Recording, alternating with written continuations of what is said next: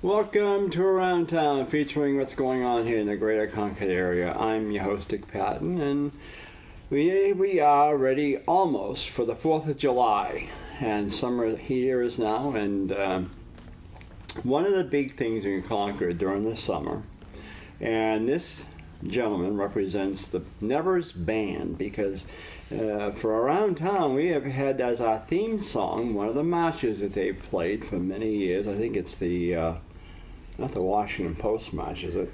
No, it's Americans We, I think. Could be. I don't know. Liberty Bell, Americans We. Yeah. One of the famous marches is the Liberty I know Bell. it's not the Victors or the El Capitan, but anyway, but don't forget, if you like us on Facebook, go to facebook.com/Concord Speaks. But no, Tom Cusano has probably become like the Mr. Spokesperson for Nevers Band. He's not the director, but he's really does almost everything to get that concert ready, from opening up the bandwagon to closing it up. And yeah, I don't do all that much anymore because we have a really good group. And I'm kind of the senior citizen now, where I used to be the young guy. Well, after you had that cardiac problem, you better take it easy. I hear that at home quite a bit. I mean that. But we have a really good group of people. The setup now versus what it was 25 years ago is much more complicated. I'm sure. Because the pieces we play that are contemporary now, like we like playing Pirates of the Caribbean, which is a full orchestra piece. Star Wars pieces, anything that's done now that's an orchestra, even John Williams pieces, are full orchestration. So when we used to have a 25, 30 piece band, it was much smaller, much simpler. But now we have a full percussion section. We have drum set. We have timpani. We're playing some tunes from Chicago. We play Beach Boys. We play Beatles. We play Duke Ellington, Benny Goodman. We play a lot of big band stuff. If you can play all those people, there's no reason why you can't play "Hail to the Victors," the Michigan fight song. I've never heard that before. How's it go? Oh, dun dun dun dun dun dun dun. Oh, that one. Yeah, the Victors. Hail to the Victors. But one of these days, I'm going to see if you I think I'll see if we can buy that and put it in the library. I'll get it. And we'll rehearse it. We're going to play it when we do the concert for the Grange. That'd be an opportune time to play that. I would love it. But a lot of the pieces we play take a much larger number. So we have, on the average, about 40 people now. So it's a full-size band. Boy, timpani, that is, because drum set, all the percussion equipment. Then we have tubas and oboes and French horns. So it's an elaborate setup. So we have a whole trailer full of equipment. I know you do. And we have our own PA system. We don't have lighting or any of that kind of stuff. So it's an amazing group of volunteers that show up early, 10 or 15, 20 people, set everything up, and as they say, many hands makes for small work. Lighter work. And when it comes time to pack up, what used to take us 30 minutes, we do in about 10 minutes. Wow, that's good. So it's amazing how fast, with a full team effort, and nobody's grumbling about it. I mean, they all enjoy doing it. You got a concert tonight? We have a concert tonight at Riverfront Park. Oh, down the arena. Yeah, Kiwanis Riverfront Park by the arena. Then we'll have the 4th of July concert coming up at Memorial Field. Yeah. And then I believe we're at the State House after that. I forget that. We'll be doing a couple State House concerts. What's going to be different is the bandwagon really can't get onto the State House grounds like it could in the past. The access used to be across the front through the arch, and now with the pavers and the new sidewalks and the curbings and everything, they really don't dare try it. That bandwagon is extremely heavy. It was built in 1961. Yeah, I know. It was blue. It was blue. It's about as heavy a trailer as you're going to ever see. That was from that vintage. The new ones are all built out of aluminum frame, and everything weigh 1/4 what this trailer weighs. So going across the plaza there, that just has been all totally redone, it could cause some damage, which would cost a significant amount of repair work. So we don't dare bring the bandwagon across here just for a 1-hour concert. So we're going to try just setting up, which we've done before at the State House. We've set up and played without the bandwagon. The acoustics are good because we're playing on concrete. We've got the State House behind us to reflect the sound. We just did Eagle Square last week, and sounded very good because it's almost like a little amphitheater down there. But you had rain threatening there too, boy. We actually waited 15 minutes to set up because the radar had the rain coming at us, and then it kind of split and went around us, which was very nice of it to do that. They knew Never's band was there. That's right. They did not rain on our parade. But the band, started back in the Civil War era, so it's over 150 years now. The last few years, maybe the last 10 years, we've really upgraded our music library with some more newer stuff, contemporary stuff. We can play Disney tunes, and we can play stuff for the kids that they recognize Beauty and the Beast and the theme from Frozen, and it's stuff that you have to play for the kids. That's what they know. But I still like the marches. The marches are still our favorites. We play my favorite 4 to 6 marches at every concert. My favorite one is the National Emblem March. I think that's the one we play for your openings, the National Emblem. And one we play, which is very well known, is the Liberty Bell March. Yeah. And what's kind of ironic about the Liberty Bell March is that's also the march that's played as for the opening of Monty Python show. Oh, really? Yep. I never knew that. I didn't watch them. I saw very few episodes of it, but it is true that that's the Liberty Bell March that they're playing at the beginning of it. But that was what Never's band was known for, was the marches. For many years. Yeah, it's a military-based band. Yeah. They played marches for the Civil War. And we play a lot of John Philip Sousa marches. Oh, I know. I love his stuff. And, he's very famous. Stars and Stripes is our closing number every concert. And the crowd really enjoys it. We don't want to blow our own horn, but since we are a band, we're allowed to. Why don't have you thought about trying to go back marching again a little bit? No, haven't even considered it. Yes, you have to. We only have 1 or 2 opportunities a year that we could march. Yeah. And because we have big flatbed trucks and trailers available, it's much easier, to not march. Mostly because a good number of the members are retired people that marching in a parade would be very taxing. With the percussion equipment, it would be nearly impossible. I marched in high school and in college, playing marching band with a snare drum and a bass drum, but I don't think I'd want to try to carry that today through a parade. You play the drum now, so which end do you use, Ringo? Ringo. Yeah, your Ringo Starr. Which one do you use? Well, this is an old-fashioned double-end bass drum beater. Then it has a little duct tape on it because I've got to do some repair work. It's probably as old as I am. And this is the end that you use for the most part. Oh, okay. But the reason it's double-ended is occasionally you'll have a piece that calls for a bass drum roll. So you don't have time to get 2 mallets and play it like a timpani, like you would in a marching band. You'd have 2 mallets and you use left and right. So with this, you can actually play both ends of it. And this end being smaller, you'll have a little closer to the side of the drum, and this is closer to the center. So it actually sounds the same, even though one is bigger and one is smaller. Oh. And, we often joke that we have, 37 musicians and 3 drummers, in the band of 40. Because drummers, we don't often play scales, we don't play notes, unless you're playing timpani, xylophone. I mean, there's a lot of percussion stuff that does play scales. So we can play loud, we can play soft, we can play fast, we can play slow. But it's very critical that, particularly with bass drum, as much as I'd like to be playing some of the other stuff, I'm so good at bass drum they won't let me play anything else, that when you are playing, you're pulsing the band. You have to watch the conductor, and that beat has got to come down on the beat. You can't speed up, you can't slow down, you can't change anything. You've got to be on the beat. The band is following you. And if you screw up, you're going to throw everybody off. Didn't Priscilla Giles play the bass drum at one time? She actually started off playing bass drum. I thought so. Yeah, when she first joined the band back in roughly about 65 years ago. I remember her as a kid playing that bass drum, especially when you do the Stars and Stripes. You always have that bass in there. But one thing that's different with our band too is we have the cymbal, crash cymbals on top of the bass drum. Oh, really? Which, when you have marches, most of the time cymbals are playing right alongside the march, so it's kind of the same. But many of the numbers, the cymbal part is written separate from the bass drum part.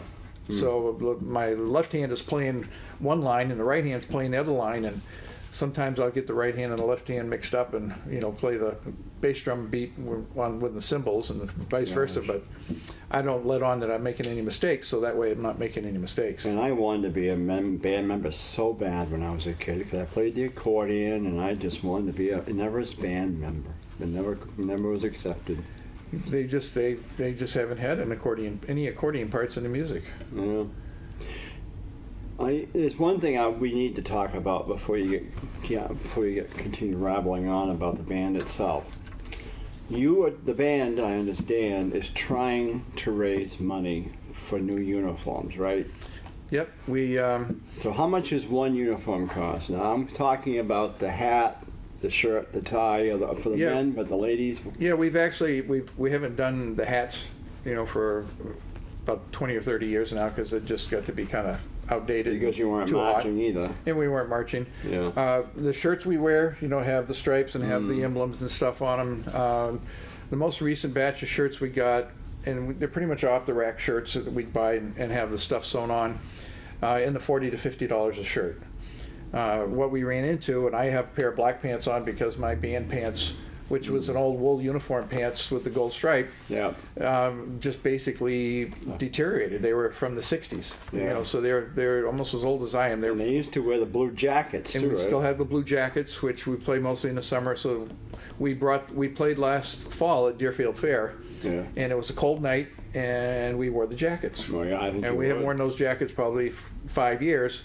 But those jackets felt really nice on that cold night. Do you still have the hats in storage anywhere? I think we still have some of the hats. Yeah. So they're still around. So the old uniforms basically are worn out after 40, 50 years. Yeah. So we are getting new navy blue pants with the gold stripes on them. They're going to run us probably $50 a pair. Wow. They're basically going to be the same pants that are police uniform pants, so they're going to be a little cooler. Yep. Our old pants were heavy wool and extremely hot in the summer. So that we'll be able to replace them because they'll be a little more off the rack instead of ordering from a uniform company. But if we were to order the uniform, like you're discussing with the pants and the jacket and the hat, they can run $300 to $500 per uniform. Yeah. So this way we keep the cost down to about $100. And makes it a lot more affordable. Now we have the shirts. Basically, we're working on the other half now is to get all new pants with the gold stripes for this year. We have been extremely fortunate this year. We just got extra support from the Walker Lecture Fund to help the band. That helps us with promotional advertising to put on the free concerts, which is part of Walker Lecture's plan. Their goal is to put on free concerts and free lectures for the city of Concord.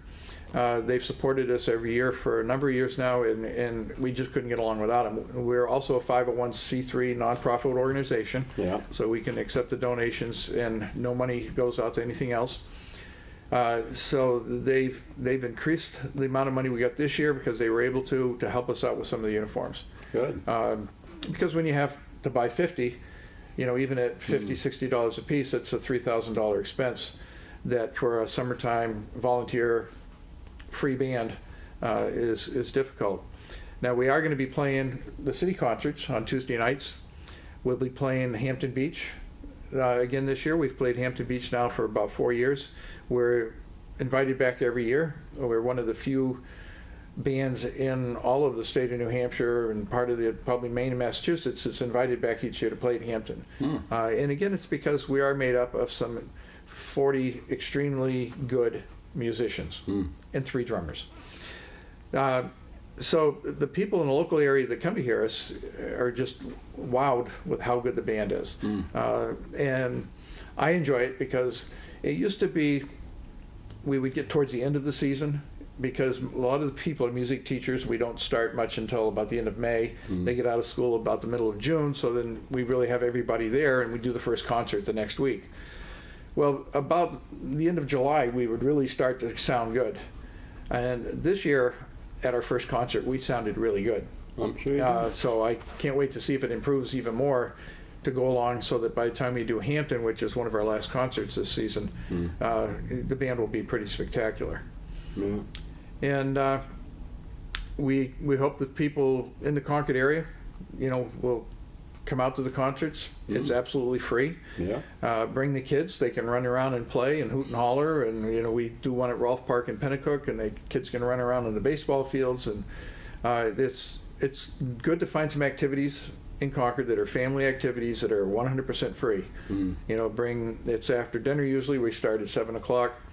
Bring your waters and drinks, you know, for the kids, and just have a good time. And with the amount of rain we've had this spring, I would also suggest bringing some bug repellent. Yeah. I have a feeling that tonight at Riverfront Park there will be a plethora of mosquitoes and black flies. Well, yeah. There's a pretty good breeze blowing, which is good to keep the bugs away, but also likes to blow your music away and off into the field somewhere when you're in the middle of a song.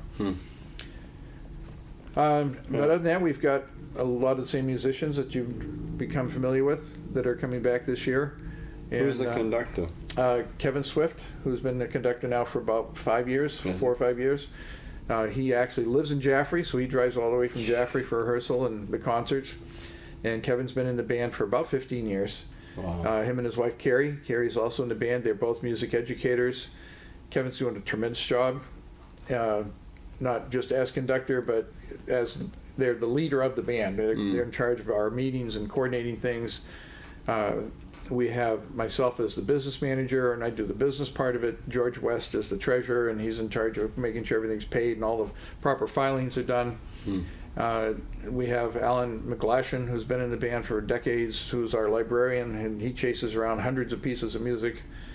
Then Deborah Giles Lincoln is a member at large, as is Jiffy Rainey. So we have a full board member that when we have to decide things, everybody has to get together and we make these decisions. But they're still playing in the band. They're still playing in the band. Yeah. And poor Priscilla, she has retired. Priscilla's retired after 62 or 3 or 4 years. Get the urge to maybe come up and sit and maybe do 1, 2. She does, but she's now our experienced critic in the crowd. I was going to say, she tells us when we did good, and she tells us when we didn't do good. I'm sure she does. And particularly she'll know if the percussion section made a mistake, because she knows the music pretty much by heart. So if we mess something up, she'll let us know that she noticed that we made a mistake. But she might be the only one that noticed. Yeah.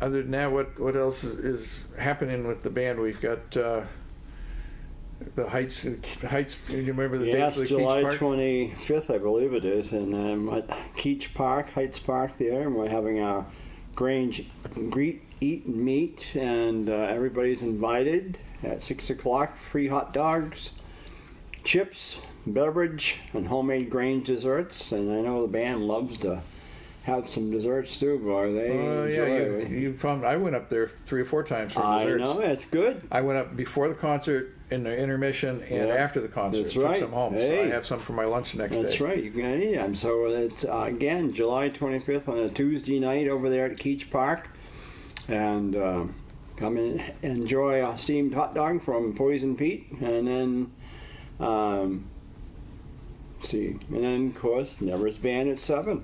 Yep.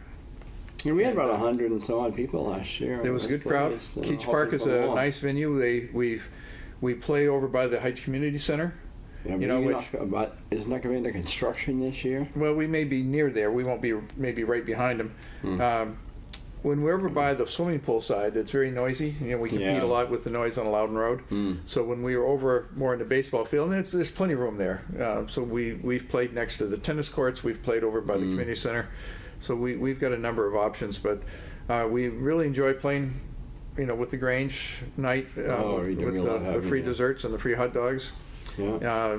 And of course, each concert depends on the weather. I know. Now, should the weather on a Tuesday night be rainy, we have a rain location, which is the South Congregational Church, which is technically on Pleasant Street, I think. Pleasant Street. Near the corner of Pleasant and South State Street. Not as many people will come to the church, but the acoustics are very good there.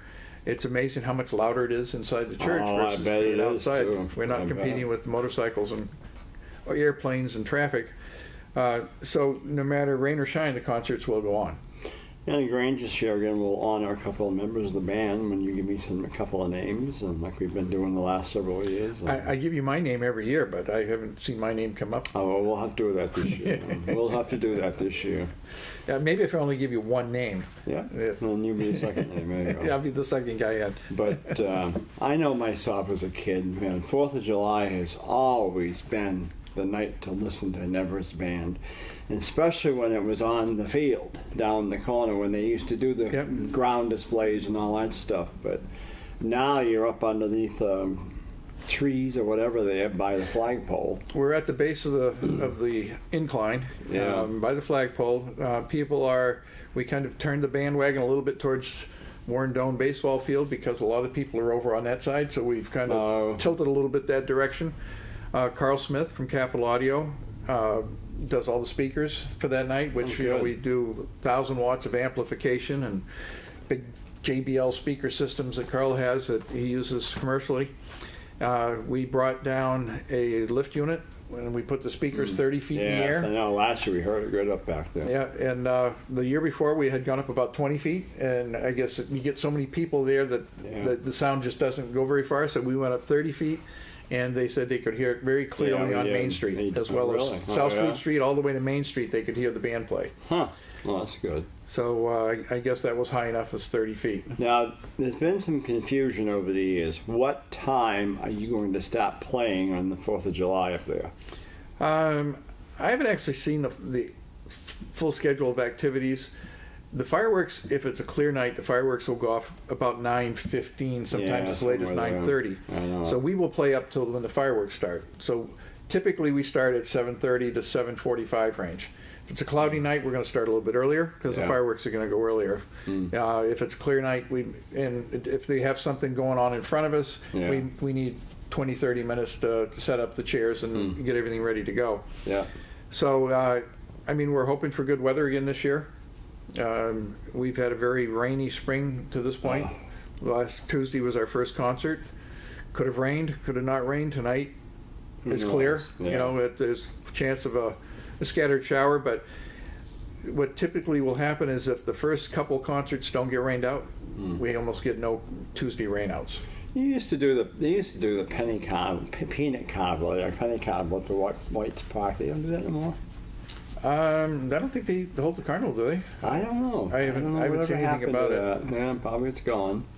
And National Night Out, but you don't do that anymore either, right? No, National Night Out we used to do.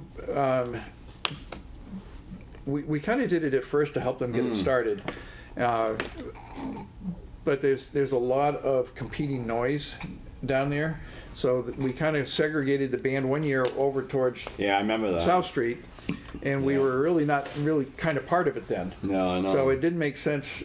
And even then there was still a lot of noise. I mean, if you've got a helicopter landing, it's kind of hard to be heard over that. So the National Night Out does a great job and really doesn't need our contribution to it. We enjoyed contributing to it, but it was hard for us because we're not really amplified, so we were kind of getting drowned out by some of the noise. And so what we do is we do a different venue that night, and then we fill in the other parks in the State House and Bicentennial Square. But we're looking forward to a great year. That's good. I say the membership every year gets better. Yeah. And well, you've gotten a lot of young people coming in this year too. The last couple of years. We've got kids from high schools all around the state. We've got players from Southern Hampshire University because they started their music program a few years ago. So we've got a number of music majors.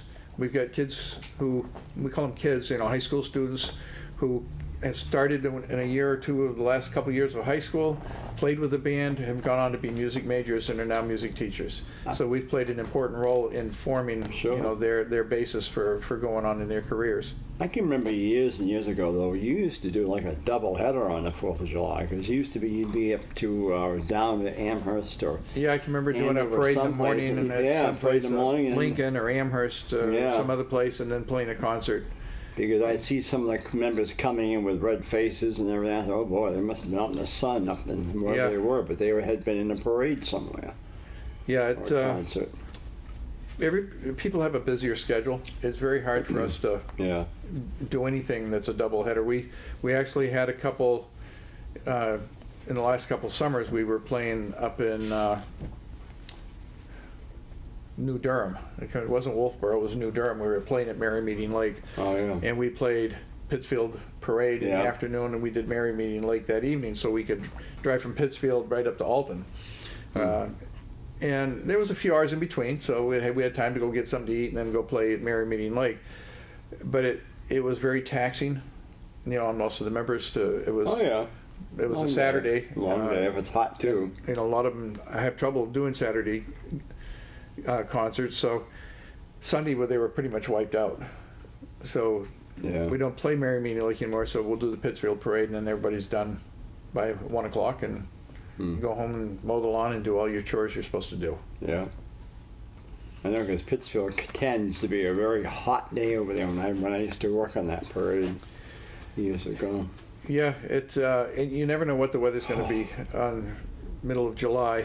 One concert we had, we were getting set up, and there was a black cloud. This was before everybody had radar on their iPhones and stuff, and we could see this black cloud Oh, yeah. approaching. Yeah. We're on a flatbed trailer and ready to start, and we get down to about where the reviewing stand was, and it just opened up. Oh, It yeah. poured rain. Now here we are on a float, no place to go, can't stop and jump off.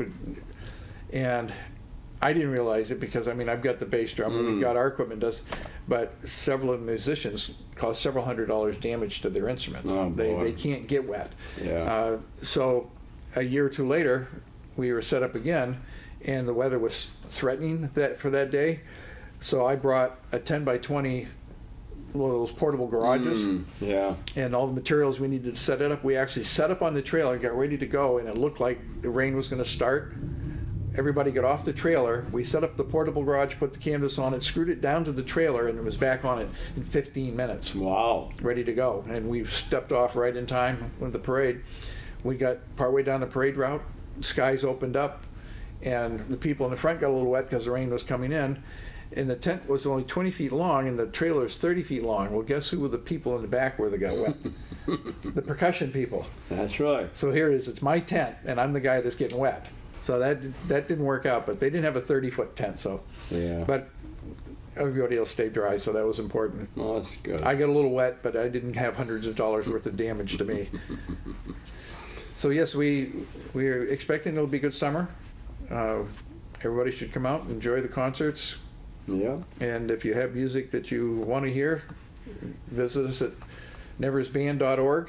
We have our schedule on there. We have communication available. We have Facebook. You can make suggestions, make comments about the concert you heard, suggestions. We're always open to feedback, Yep. and it'll be a good time. That's good. Well, we're coming to a close around town, so thank you, Tom Cusano, and you do so much with me on the parades and stuff, and I'd be lost without you. You're like my right-hand boy. You Well. and your son, James.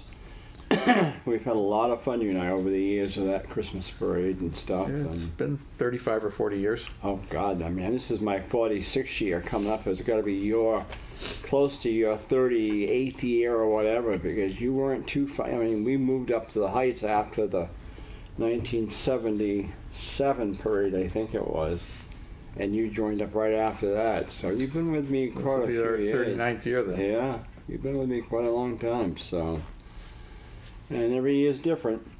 So with that in mind, thank you to Ian Marx, my super director there, and have a great day.